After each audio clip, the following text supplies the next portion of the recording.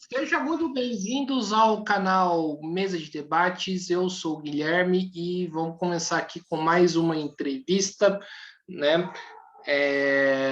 Hoje eu estou aqui com o Marcelo Ribeiro, ele que é do SEAC, né? E nós vamos bater um papo aí um pouco, falar um pouco da categoria, né? Falar um pouco aí também de política nacional, né? Para a gente trocar uma ideia e dar voz aí aos sindicatos, às categorias de trabalhadores e tudo mais. Então, tudo bem, Marcelo? Então, antes da gente começar, por favor, se apresente e fala um pouquinho mais o que é o SEAC. Olá, Guilherme. Olá a todos os ouvintes. É um prazer estar aqui. Depois que eu me inscrevi no seu canal, eu fiquei vendo as entrevistas lá, muito bacana. E é um prazer para a gente estar aqui, tá? O SEAC, Empregados de Agentes Autônomos do Comércio, é uma categoria antiga. E o nome Agente Autônomo do Comércio não tem nada a ver com o autônomo liberal, né? Na verdade, lá em 1943, quando se dividiu as categorias, existia a indústria, o comércio e os agentes autônomos do comércio. Naquela época não se dava tanto, né, vamos dizer assim, espaço para o serviço, né, para o setor de serviços. Então, era o contador, o engenheiro, o médico, o dentista, o que eram chamados agentes autônomos. De lá para cá, evoluiu muito o setor de serviços, né? E hoje o SEAC representa nas cidades ali do Vale, né? Não o Vale Histórico, porque de Taubaté para cima tem outro SEAC. A gente representa cerca de 16 mil trabalhadores. E aí são, né, escritórios de contabilidade, empresas de cobrança, empresas de assessoramento, de consórcio, enfim, o SEAC, ele é o primeiro sindicato a representar o setor de serviços, inclusive locação, né? Como eu disse, ele tem mais de 80 anos a categoria, né? E aqui em São José dos Campos tem 20 e poucos anos, 26, porque foi fundado em junho de 95, mas é uma representatividade antiga, consta na CLT, né? Ainda no antigo enquadramento sindical. Enfim, somos a categoria de serviços, né? E do escritório de contabilidade. O SEAC é filiado à CUT, né? Da qual já fui também diretor da CUT São Paulo no período de 2015 a 2019, e a gente tem um trabalho aí, principalmente São José, Jacareí, o litoral norte todo, até Campos do Jordão. Maravilha, então, Marcelo, vamos começar aí com a primeira pergunta, né? A gente passou, né, por 2 anos bastante complicados aí com a pandemia, né? Tudo indica que talvez as coisas tendem a piorar, né, um pouco, ainda que, né, o número de mortes não corresponde ao número de infectados, né, o que mostra a eficácia da vacina. Eu te pergunto como que foi para a categoria passar, né, esse período aí de pandemia? Guilherme, foi um grande susto, cara, porque a gente, eu acho que eu não fui o único brasileiro, pensava que a pandemia ia demorar um período, depois ia passar. Então, a gente sempre se programava para o que ia fazer depois, daqui 1 mês ou 2 meses, e esse período não vinha, né? E eu fui afetado em todos os lados, porque de dia eu sou sindicalista e de noite eu tenho uma academia de dança de salão. Então, eu senti isso, sabe, tanto na academia quanto no sindicato, uma situação muito difícil. Nós fomos os primeiros a enfrentar também esse lance do home office, né? O escritório de contabilidade foi trabalhar em casa e já no primeiro impacto, né, que nós tivemos que resolver foi eu estou em casa, então a empresa não precisa dar vale alimentação. Então já foi uma guerra, entendeu? Não, tem que dar o vale alimentação, apesar do trabalhador estar em casa, né? Ele tem que se alimentar, ele tem que se cuidar. Enfim, foi uma dificuldade. Setores como casa lotérica, nós representamos casa lotérica, empregado de casa lotérica. As lotéricas, Guilherme, elas não pararam, cara. Elas trabalharam direto. Em algumas situações, trabalharam até mais, né? Quando os bancos estavam fechando, tal, né? Em outros horários. Então, a gente sentiu muito, sabe? No setor de importação e exportação, no setor de consórcio, a gente sentiu vamos dizer assim, uma esfriada muito forte. Mas o trabalho não. Por exemplo, o escritório de contabilidade trabalhou muito. Você pega os empregados da Urban, que é a urbanizadora municipal aqui de São José dos Campos, que nós representamos, não pararam de trabalhar, até porque limpeza e o pessoal que trabalha nos cemitérios, né, trabalharam muito, IML, essas coisas. Então, a gente, enfim, teve que amargar a forma de trabalhar, sabe? Como trabalhar diante de uma crise de saúde que a gente não imaginava.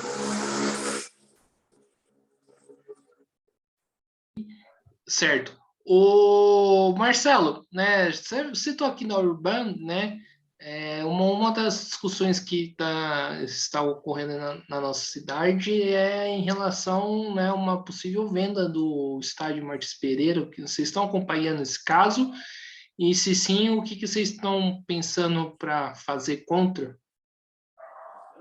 A gente acompanha, sim, Guilherme. A gente acha uma atitude um pouco precipitada, né? A empresa ela tem outros ativos também. Na verdade, ela não tem nem justificativa financeira para isso, tá, Guilherme?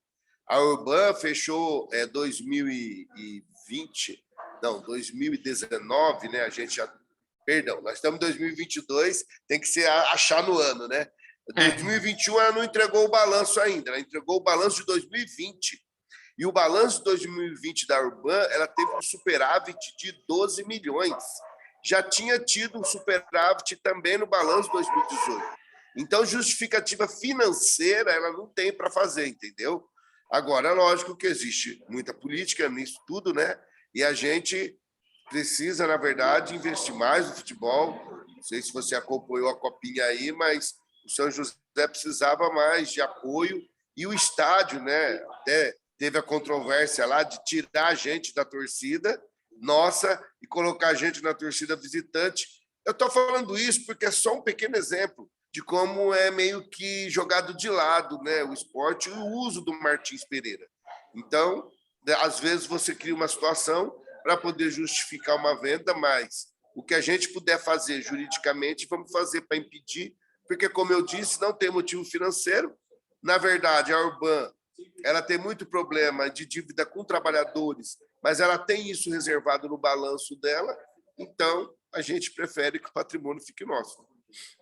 Certo. Ô, Marcelo, hoje a gente, durante a pandemia toda, né, a gente escutou um discurso bastante complicado, né, de que e o do chamado fica em casa, né, tipo que as pessoas têm que trabalhar, têm que trabalhar, têm que trabalhar, né? Isso pegou muito aí na categoria, né, de autônomos, e como que e o governo ele ofereceu algum apoio, algum auxílio para a categoria, né, sobreviver nesse período que nós estamos ainda passando? Realmente, até hoje, né, a forma que o nosso governo trata a pandemia é muito atrasada e muito deficitária. Se nós tivéssemos feito um lockdown de verdade, por um período menor, eu acredito que as coisas voltariam perto do normal antes do que voltou. Mas até hoje, Guilherme, nós estamos discutindo ainda se aplica a vacina ou não aplica, entendeu? Eu acho que essas situações deveriam ter sido feitas muito antes, porque, por exemplo, sim, sofremos, teve categoria nossa que reduziu salários, aproveitou a lei do governo, mas aí é que está. O setor de serviço trabalhou, cara, porque é importante ser presencial, mas muitos trabalharam em casa, entendeu? Como eu disse, a Urban não deixou um mês de receber repasse da prefeitura. Então, é diferente de uma loja que para de vender e começa a ter prejuízo. A Urban não teve um mês de prejuízo. No entanto, eu só consegui a obrigação de usar máscara, álcool em gel e luva em março do ano passado, quando eu tive que fazer uma ação, entendeu?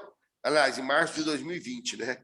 Então, assim, a empresa não queria fornecer equipamento, proibia os varredores de rua de usar máscara.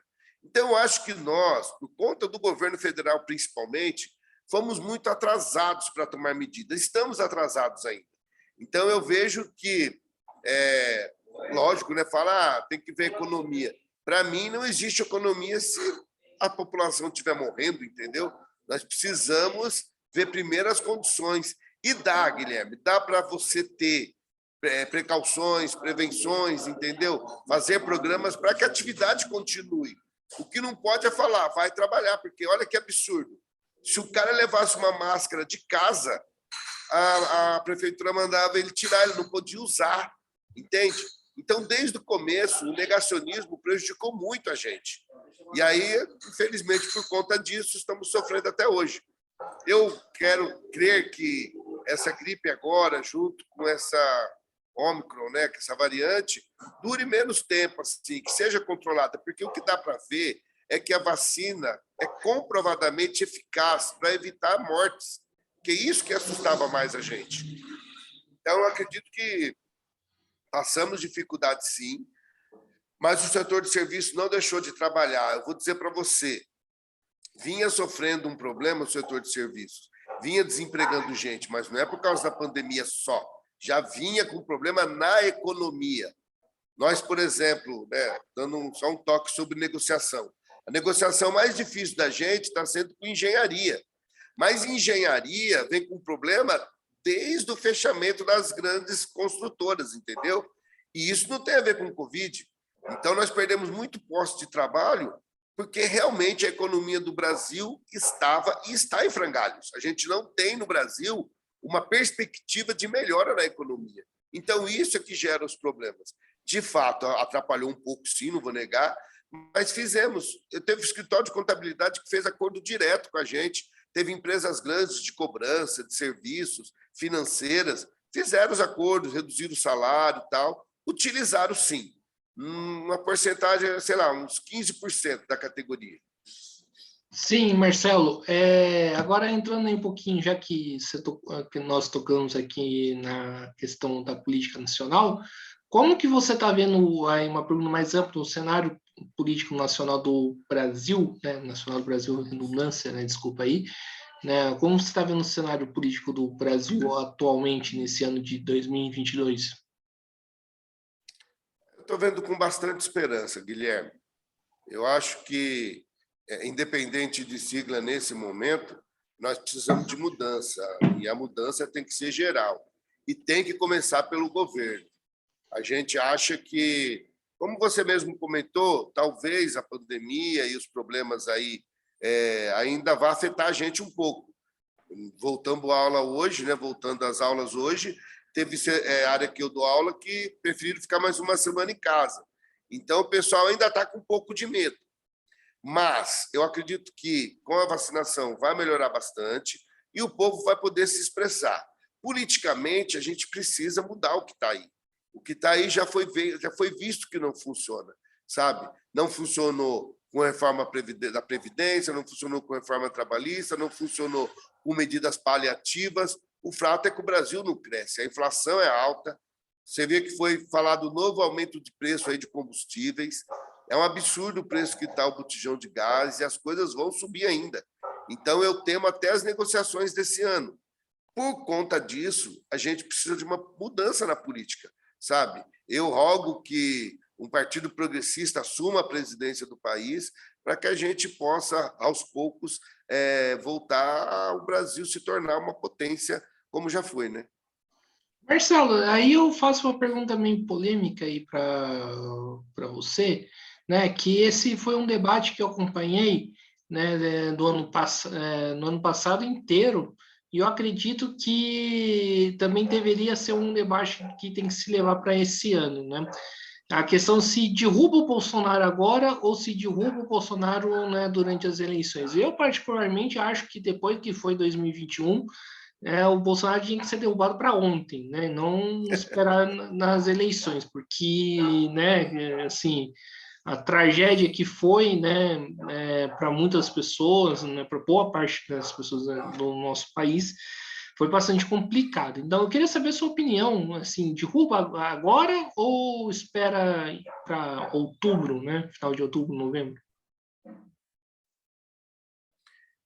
Guilherme, você tem razão, porque a pergunta ela é bem difícil mesmo, porque, sinceramente, eu concordo plenamente com você, já deveria ter saído por tudo que fez. O problema nesse momento é que esse governo faz de tudo para criar situações, né? como aconteceu agora recentemente aí desse problema médico que o Bolsonaro teve, voltou a falar de facada e tudo. E aí eu temo um processo de impeachment agora, ou que não acabe, por não dar tempo, acabe de qualquer jeito, porque você sabe que vai um tempo, né?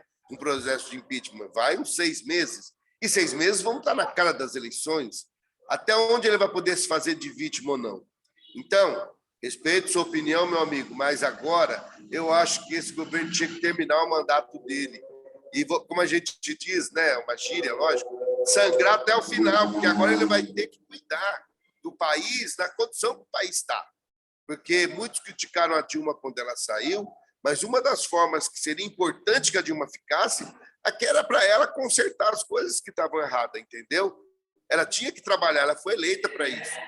E agora, nessas circunstâncias, onde a gente sabe que a condição é boa para o nosso candidato para 2022, e aí ele vai se fazer de vítima agora ou criar alguma situação, eu temo isso, sabe, Guilherme? Eu acho que agora ele tinha que terminar o mandato. Ô, Marcelo, né, aí já que você falou aí do candidato, né, no caso, né, seria o Lula, vamos deixar as coisas bem claras aqui, né? Marcelo, uma coisa que vem me preocupado bastante na candidatura do Lula é o seu vice, né, que talvez tenha uma expectativa que seja o Geraldo Alckmin, né? Nós conhecemos quem foi o Geraldo Alckmin, né? Inclusive, né, depois eu anuncio aqui, dia 22, vai ter um ato aí do Pinheirinhos, que tá sendo chamado por várias organizações, o Mesa de Debates está convocando também, acredito que o sindicato aí também esteja convocando, né? Eu queria te perguntar, o Geraldo Alckmin, o que você pensa desse tema? Tem que ser o vice ou o PT erra, né, nesse sentido, a escolha do vice-presidente ser um cara como o Geraldo? Guilherme, vamos estar juntos no dia 22, sim, sabe? É uma data marcante para a nossa região, você sabe. E nós, né, talvez teremos todos os motivos para ir totalmente contra essa colocação do Alckmin como vice aí do Lula. Mas eu ainda quero crer que, se for como uma cortina de fumaça, você há de convir comigo que está funcionando muito bem, né? Não fala de outra coisa no cenário político. Por que eu falo isso? Porque eu tenho muita confiança que o Lula vai ser um bom presidente para o país. E aí eu falo de todo o coração. Não importa quem vai ser vice dele, sabe? Eu acho que nós precisamos, sim, querer crescer. Ah, então você escolhe o Alckmin? Não, tem muitos nomes aí, entendeu? Eu não quero dizer nesse momento é que eu sou totalmente contra para entrar nessa linha de que tinha que ser, porque eu estou magoado com isso. Eu tenho isso no meu coração, porque no dia 22 de janeiro de 2012 eu me casei, Guilherme. O sindicato, me casei assim oficialmente, sabe? O sindicato era ali, perto do batalhão da polícia, ali na Jardim Topázio. E meus amigos foram me falar que ia invadir de manhã, e eu fui lá no Pinheirinho. E aí eu conversei com algumas lideranças lá, e eles falaram que não ia acontecer. E eu falei, não, mas a movimentação lá no batalhão está muito grande, sabe? E aconteceu. Então, no meio do meu casamento, me ligaram, foi muito chocante, porque aí eu tive que ir lá. Enfim, foi marcante. Se tiver que levar pelo lado sentimental, não tem como, né, seu Alckmin? Agora, se for o melhor para o país, e se for uma escolha do Lula e ele entender que tem que ser, eu vou apoiar, Guilherme. Eu vou apoiar quem for, cara. Agora, olha quantos nomes tem aí, né, que é importante. Sempre quem me faz essa pergunta, eu faço outra, né, assim, só para acalorar o debate, porque tem a Luísa Trajano, tem a questão, né, do próprio governador lá do Maranhão, Flávio Dino, né? Tem muita gente boa que poderia ser, né? Agora, eu pergunto, quem que está querendo ser vice do Bolsonaro, hein? Como que está a discussão os vice do Bolsonaro? Porque parece que ninguém quer ser, né, cara? Então, acho assim, é um momento que eu quero que seja feito o melhor para o nosso país. e que a estratégia política seja uma estratégia boa, para não dar esse desgaste. Nesse momento, desculpa, mas eu vou escolher o que o Lula escolher. Ô Marcelo, mas beleza, né? Vamos colorar mais um pouquinho a discussão, né? Né, escolher o que o Lula escolher, mas só que, por exemplo, o PT já teve uma experiência ruim, né? Na minha avaliação de escolha de vice, que foi o Michel Temer, né? O Michel Temer, né, esteve atrás da articulação do golpe, né? Eu te pergunto o seguinte, né? Corre o risco do Geraldo Alckmin aí ser um novo Michel Temer, né, e acontecer tudo que aconteceu e a gente voltar a essa desgraça que nós estamos vivendo? Eu não acredito, Guilherme. Desculpa, mas eu acho que são políticos diferentes. Para mim, ele não poderia ser ou não deveria ser pela carreira política dele, entendeu? E pelo que já sofremos e pelo que já foi falado aí nessa questão de condições contrárias na política. Como personagem, como situação, como pessoa que vai estar no poder, porque não vai ser a Dilma que vai estar no poder, né? Vai ser o Lula. E o Lula, se há de convir comigo, ele é um bom articulista também, ele sabe conversar praticamente. Então, assim, eu não acredito, eu só acho que quando, lá em 2002, o Lula escolheu um empresário para ser seu vice, ganhou a eleição, não sei se você lembra da história, mas antes ele tinha formado a melhor chapa de esquerda, que era ele e o Brizola, lembra? E eles perderam, cara. Então, hoje, tem muitos nomes, mas como eu falei... Caiu aqui, pode continuar. Então, e aí, assim, eu penso, mas desculpa se eu fui muito longe na resposta, mas eu não acredito que haja a traição, não. O golpe, como aconteceu em 16, com o Alckmin sendo vice. E nisso eu não acredito, tá? É a minha opinião. Vejamos o que vai acontecer, né? Eu tenho as minhas desconfianças, mas tudo bem. Ô Marcelo, né? Agora voltando um pouco aí à questão da categoria, né? Como assim, no começo do ano passado a gente viu né, todo o problema relacionado à questão da vacinação, que pelo visto, né, durante o ano andou, né? Graças, né, a toda a pressão, né, da sociedade como um todo. Eu queria te perguntar o seguinte, como que foi a vacinação aí para a categoria aí dos autônomos aí que vocês representam? E se teve algum setor que foi serviço essencial que vacinou antes, né? Como que foi feito tudo? Sim, aconteceu muito essa questão, especialmente na Urban, porque ela faz serviço essencial, tanto na parte de limpeza, como na parte de cemitérios e algumas situações que ela teve que vacinar antes mesmo, né? Mas, no geral, foi bom, viu? Felizmente, né? Tivemos um ou outro caso de trabalhador que não quis se vacinar e veio procurar a gente. E aí nós passamos para o nosso jurídico, porque eu acho que a importância da vacina, especialmente no ambiente de trabalho, é você pensar no outro, né? Então você não pode se negar a vacina. E ajudou bastante as nossas atividades a voltarem cada vez mais, entendeu? O setor de serviço. Sim, né? Tem essa polêmica ainda, né? Que inclusive os antivacinas, né? Os antivax, né? Cobram muito, né? Dos sindicatos, né? E o trabalhador que não quiser vacinar. Aí eu te pergunto, qual que deve ser a orientação, né, dos sindicatos para esse trabalhador? Convencer o trabalhador a vacinar? Esse é o nosso papel, Guilherme. A gente conversa, mas com todo carinho, entendeu? Não quer impor nada. Porque a gente sabe que muitas vezes é o empregador que está querendo, porque ele quer produção, né? Uma coisa que eu aprendi é tomar cuidado com palestra de motivação. Porque palestra de motivação parece que é palestra só para o empregado trabalhar mais, entendeu? Pelo mesmo tanto. Então, assim, muitas vezes o empregador quer que vacina, quer que volte todo mundo, ele está pensando na produção dele. Agora, por outro lado, a gente tenta explicar para o trabalhador que é um problema social, sim. que ele tem que pensar no próximo, né? No seu irmão ali que está trabalhando, né? Mas por uma questão assim de afinidade pessoal, né?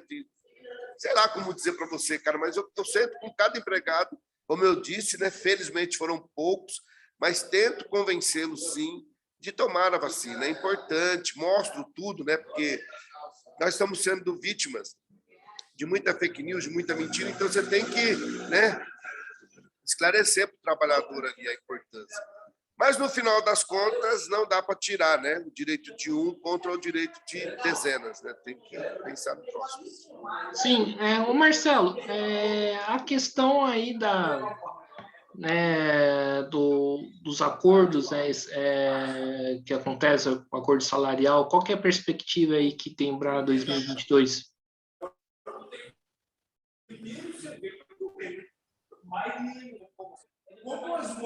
Olha, eu acho que vai ser difícil, Guilherme. Esse ano de 2021 já foi, mas eu acredito que a gente saiu bem, sabe?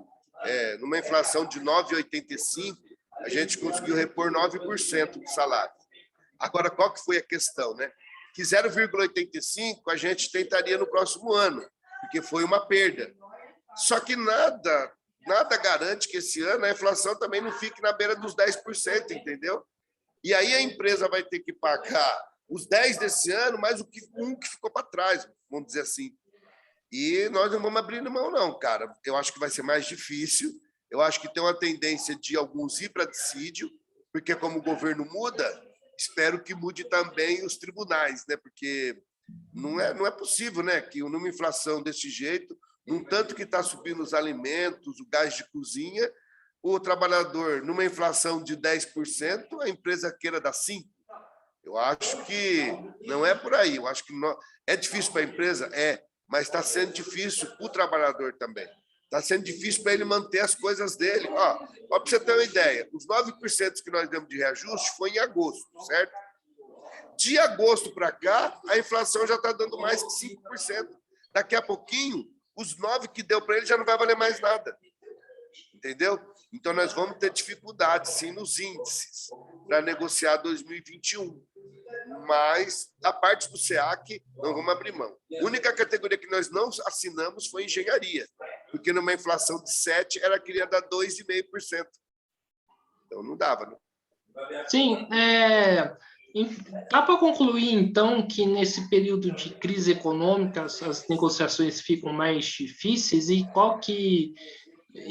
frente a esse cenário, o que o SEAC pensa em fazer? Eu acho que a gente tem que, desde já, começar a conversar com o patronal. É uma tática que eu falei ano passado e é importante, porque se você vislumbra uma inflação de 10%, se você antecipa 3% agora, por exemplo, você vai ter uma inflação menor para discutir depois, sabe? Outras coisas, já ir discutindo com o empregador no que pode compensar, se é melhorando um pouco mais vale alimentação ou dando algum... Mas desde já, sabe, Guilherme? Nós temos que ter consciência que esse ano não vai ser fácil para os trabalhadores, não vai ser fácil para as negociações. Então, a gente, pelo menos da parte do SEAC, nós vamos desde esse mês de janeiro, olha, a database é agosto, hein? Mas nós já vamos provocar o patronal para já ir discutindo o que a gente pode fazer para esse ano para ter o mínimo de perda possível, né? E perspectiva aí para mobilização da categoria, né? Tem algum debate em relação a isso? Tem, cara. Agora você tocou num assunto muito interessante, cara. Eu não sei se você acompanhou a greve dos jornalistas, mas eu achei maravilhosa, cara, porque é difícil você parar uma categoria hoje, é difícil. Mas o que eles fizeram? Eles montaram uma conversa que nem essa que estamos tendo aqui no Zoom e entrou mais de 300 jornalistas do Brasil inteiro, de todas as emissoras. Pararam o que estavam fazendo no seu trabalho e ficaram nessa discussão, porque os patrões da área de imprensa não queriam dar a inflação do período, né? Como eles ficaram 2 horas sem trabalhar, só conversando nessa live não, nessa reunião do Zoom, e não tinha uma solução, os patrões perceberam que aquilo era uma forma de, né, não entregar o trabalho, porque as edições não podem ficar paradas. Mas se isso aconteceu com todas as editoras, o que você vai fazer? É uma forma nova de se organizar, certo? Passaram-se um dia, no outro dia eles conseguiram a inflação do período, foi dado para todo mundo. Eu acho que a gente vai ter que começar a trabalhar com isso também, sabe?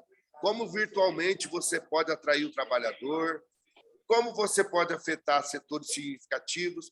No caso da Urban, cara, passou da hora da gente parar a empresa na cidade, porque ela deve PLR, ela deve reajuste, nós ganhamos a ação de insalubridade, ela não paga para os varredores, para o pessoal do cemitério, enfim, ela tem um monte de erro. Então, nós vamos conversar direto com os trabalhadores. Agora, eu estou estudando com outros colegas sindicalistas maneiras inteligentes, novas de se organizarem. Marcelo, mas assim, eu fico um pouco pé atrás com esse discurso de maneiras novas de se organizar, porque por exemplo, você citou aí o caso dos jornalistas, né? Não é todo mundo que tem possibilidade de usar o Zoom, né? Tem algumas categorias, né, alguns trabalhadores que têm dificuldade de usar essas novas ferramentas digitais que né, no caso do Zoom, acredito que não sejam tão novos assim. E aí, o que a gente faz nesses casos? Não, sim, eu concordo, Guilherme, mas é porque eu dei um exemplo com um grupo que tinha acesso a isso, né? Então, por exemplo, em contabilidade, talvez eu consiga fazer isso. Em loteria, talvez eu não consiga. Mas em loteria, a gente tem que usar o Instagram da vida, usar, sabe, as redes sociais para chamar o pessoal também. Assim. Cara, fazer o pessoal parar e não trabalhar e cruzar os braços, você sabe que hoje é complicado, todo mundo está precisando trabalhar. Mas, de repente, se você tiver o seu empregado ali, né, com uma atitude que uma vez eu vi do Japão, eu usei em São José dos Campos, isso já faz uns 20 anos, porque nós que conquistamos o Vale Alimentação para toda a categoria. Isso foi em 2005, vem em 2007. E eu tinha visto uma forma dos trabalhadores lá demonstrarem satisfação, colocando uma tarja preta no braço, sabe? E aquilo, falei, nossa, mas que loucura, né? Eu vou tentar fazer aqui. São 280 escritórios, mais ou menos 5 mil trabalhadores, em todo o Vale, né? Que naquela época era todo mundo. Fizemos as 5 mil tarjas e distribuímos nos escritórios. Cara, deu conversa, cara. Porque muitos escritórios viu o cara com a tarja preta no braço, mas o que é isso aí? Não, porque a gente quer o Vale Alimentação. Tinha patrão que fazia tirar na hora, tinha patrão que era um absurdo. Teve patrão que ficou bravo em ver 30 trabalhadores, tudo com tarja no braço, entendeu? Eu só estou dando um exemplo, não sei se hoje funcionaria, mas eu falo assim, de buscar meios de fazer o trabalhador demonstrar insatisfação. Porque também se o trabalhador aceita tudo que vier, do jeito que vier, e falar que o sindicato tem que fazer, infelizmente é um erro do trabalhador, porque o sindicato é o próprio trabalhador. Se ele aceita todas as condições que a empresa impõe, e se ele aceitar agora receber 10% a menos que ele recebia e fica quieto, como que você vai lutar por ele, Guilherme? Não tem jeito, né? Não, sim, né? Mas assim, frente a esse cenário tão difícil aí que nós estamos vivendo, você não acredita que talvez facilitaria um pouco, né, as formas de mobilizações clássicas que nós estamos acostumados, como greve, manifestações? Sim, se você sentir que você tem o apoio do trabalhador. Porque se você não sentir isso, se você não sentir condição de fazer, né, uma greve esvaziada é tudo que o patrão quer também, para impor, aí sim, né, o que ele definir dentro da empresa. Então, eu acho que o sindicato tem essa responsabilidade também. Teve empresa no ano passado que eu fiz acordo coletivo individual, que a gente ia fazer votação online, os trabalhadores não quiseram. Não, a gente quer votação presencial. E aí, na hora a gente quer voto secreto, Marcelo. É lógico que eles queriam tudo isso, porque eles queriam reprovar a proposta. E foi reprovada. E aí a empresa deu mais 1% e a gente conseguiu fechar. Então, assim, precisamos, cara, nós precisamos dos sindicatos, acho que teria que fazer uma campanha. Até você está até me dando uma ideia, Guilherme. Vou falar com a nossa central a gente precisa também voltar a conscientizar o trabalhador. Isso que você me perguntou, falar para ele, olha, a gente está num ano em que a gente tem uma esperança de melhora, de mudança na política. E se o trabalhador não brigar agora pelo seu direito, depois ele vai ter que amargar o que vier, entendeu? E eu acho também que é o momento dele se juntar, né? Estar junto com o sindicato para poder garantir seus direitos. E o sindicato está pronto. Tiver que chamar o carro de som, tiver que fechar a porta, tiver que brigar, nós estamos prontos para isso. Maravilha. Então, né, agora pegando essa parte mais sindical, o Marcelo, né, como que foi toda para o sindicato se organizar no meio da pandemia, né? Como que vocês fizeram? A gente acabou se aproximando bastante do trabalhador, né? Foi necessário, porque parece que a gente vem levando golpe em cima de golpe, né? Desde 2016. A Dilma, depois vem a reforma trabalhista, né? E aí, quando a gente começou a fazer um trabalho próximo dos trabalhadores, aconteceu a pandemia, que aí também tivemos uma certa dificuldade.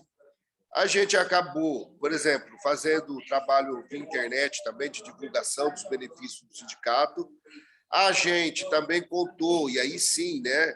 Não importa se uma empresa de 300 trabalhadores, só 30 autoriza o desconto, mas a gente sentiu que esse trabalho que fizemos, e garimpando aqui e ali, manteve o sindicato vivo, entendeu?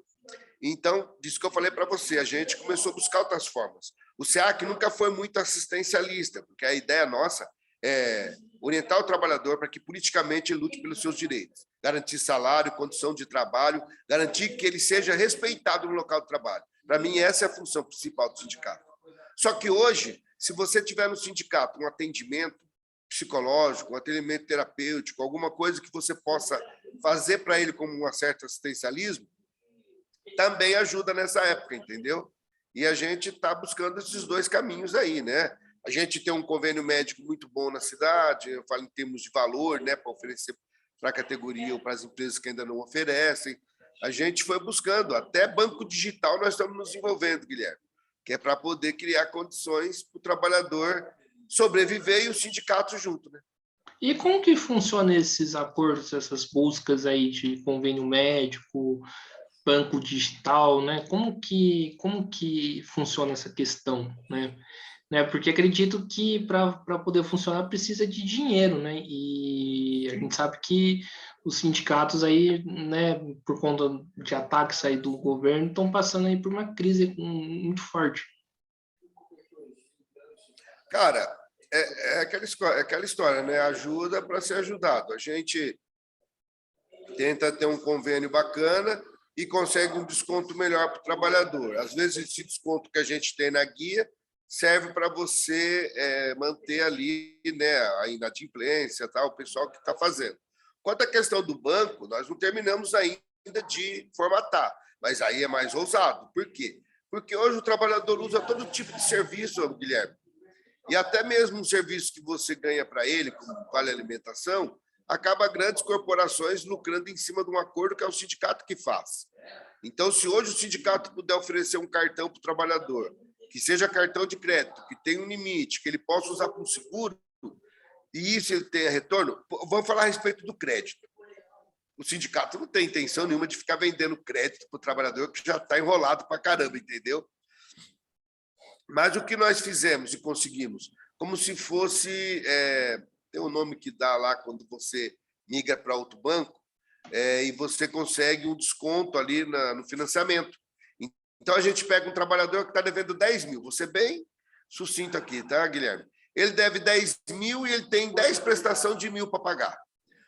Através do sindicato, a gente quita essa dívida do empregado e ele vai pagar 10 prestações de R$800, entendeu? Numa negociação.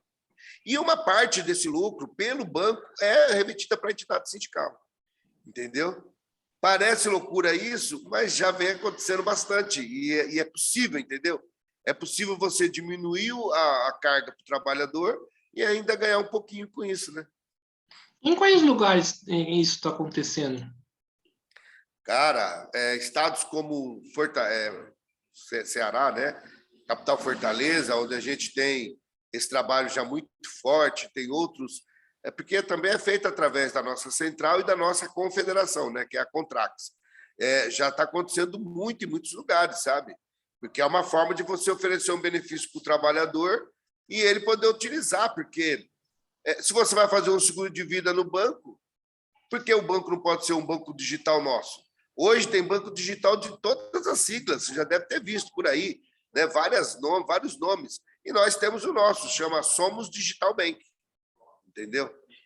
E aí ele pode usar o mesmo produto que ele usa no outro, através desse banco digital nosso, mais barato e ainda contribuindo para o sindicato. Entendi.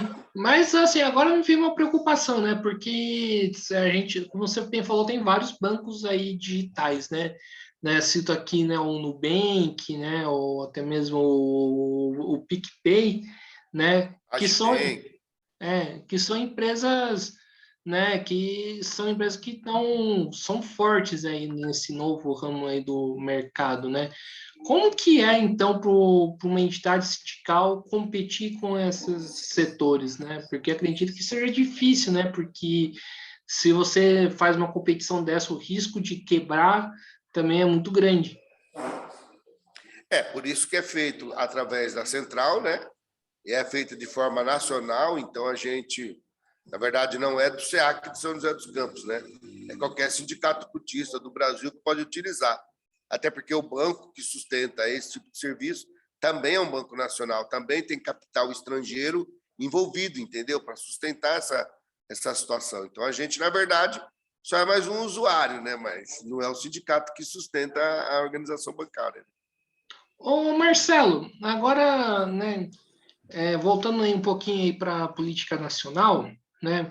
A primeira pergunta que eu faço, né? No ano passado, nós tivemos várias mobilizações, né, contrárias ao governo Bolsonaro, né? Como que foi a participação do SEAC nessas mobilizações? O que que vocês fizeram? Como que foi a convocação para esses atos, né? Como que foi? Cara, a gente fez o trabalho através das nossas redes sociais.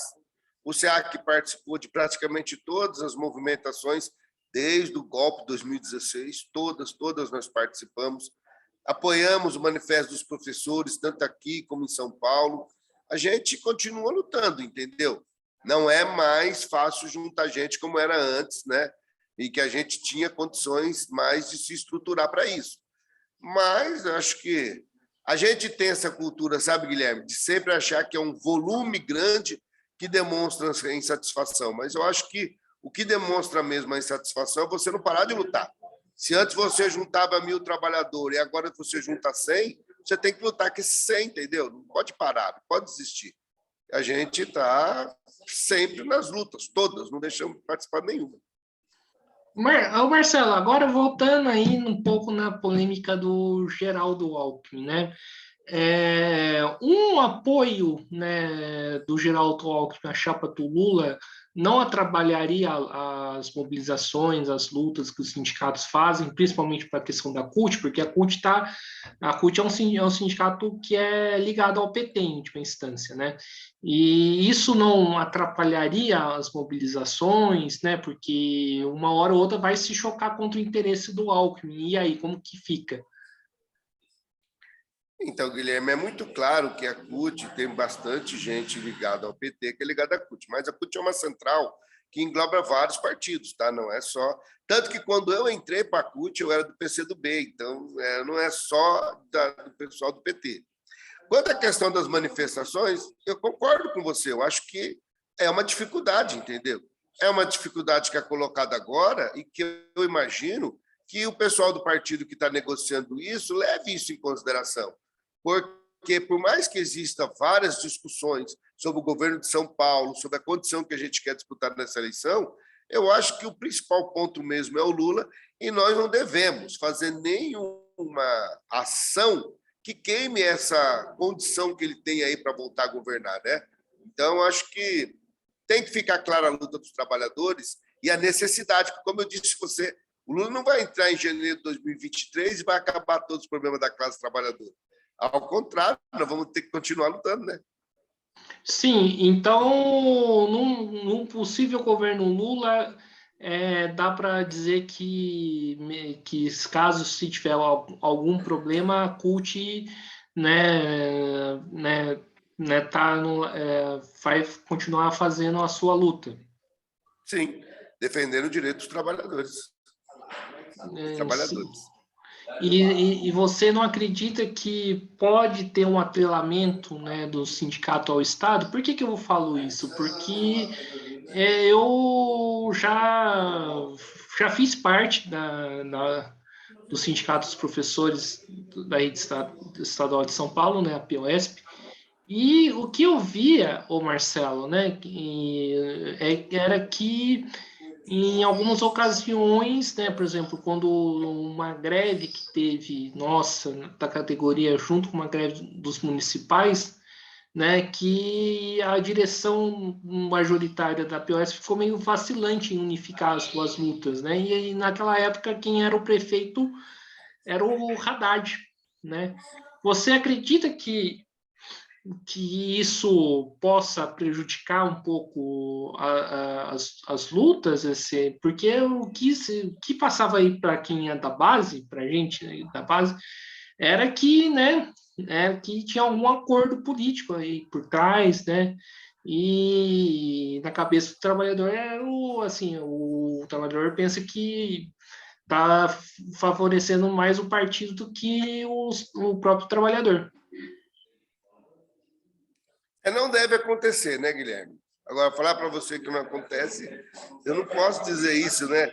Eu fiz uma greve da Urban em 2014 que os meus amigos do PT, porque o governo era PT, me criticaram, entendeu? Mas eu falei para eles, antes de eu ser do partido, eu defendo o direito dos trabalhadores, eu não vou parar a greve, entendeu? Agora, eu acho que vai de cada um, porque o próprio Lula, quando assumiu em 2002, deixou bem claro que não era para a classe parar de lutar. Mas, de fato, quando você às vezes acha que você tem o governo do seu lado, você pode enfraquecer a sua luta. Não deveria acontecer ao contrário, né? Eu penso assim, se você tem proximidade do governo, você deveria ter condições de sentar e negociar uma melhora para a categoria, para os trabalhadores, ainda que não fosse tudo que eles querem. Eu imaginava que eu teria isso em São José dos Campos, mas foi difícil também, entendeu? Então, assim, os dois lados. Nem pode acontecer da entidade enfraquecer, mas nem pode acontecer também do governo virar as costas para quem elegeu eles, né? Tem que ter o meio termo. Ô Marcelo, você acredita que, né, que o Bolsonaro vai entregar o governo de forma pacífica, né? Que é o outro debate, né, que está sendo feito, né? Que o bolsonarismo não vai aceitar a derrota, e tem toda a desculpa aí do voto impresso, né? De tentar desqualificar a urna eletrônica. Você acredita que o Bolsonaro vai, né, entregar o governo pacificamente ou vai precisar de luta para que, né, ocorra a transição do governo de acordo com a democracia burguesa atual? Eu não tenho dúvida que vamos ter problema, Guilherme. Eu não sei dizer para você se vão ser graves, muito graves ou menos graves, mas que vamos ter problema, vamos ter.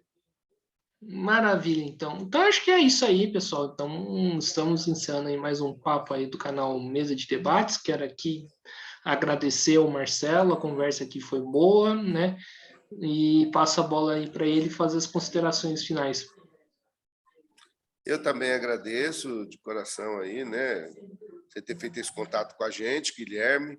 Eu quero desejar aí um bom 2022 para todos os ouvintes, para todos os trabalhadores e trabalhadoras aí da nossa categoria em geral, né? E que a gente consiga esse ano, né? A política vai ser importante. Eu também vou estar envolvido com política esse ano. Eu acho que é importante que a gente saiba em quem votar para colocar trabalhador, para defender trabalhador, porque nós temos um congresso, por exemplo, nacional, que é majoritariamente de empresários. Então, você não pode esperar que eles votem leis em favor dos trabalhadores.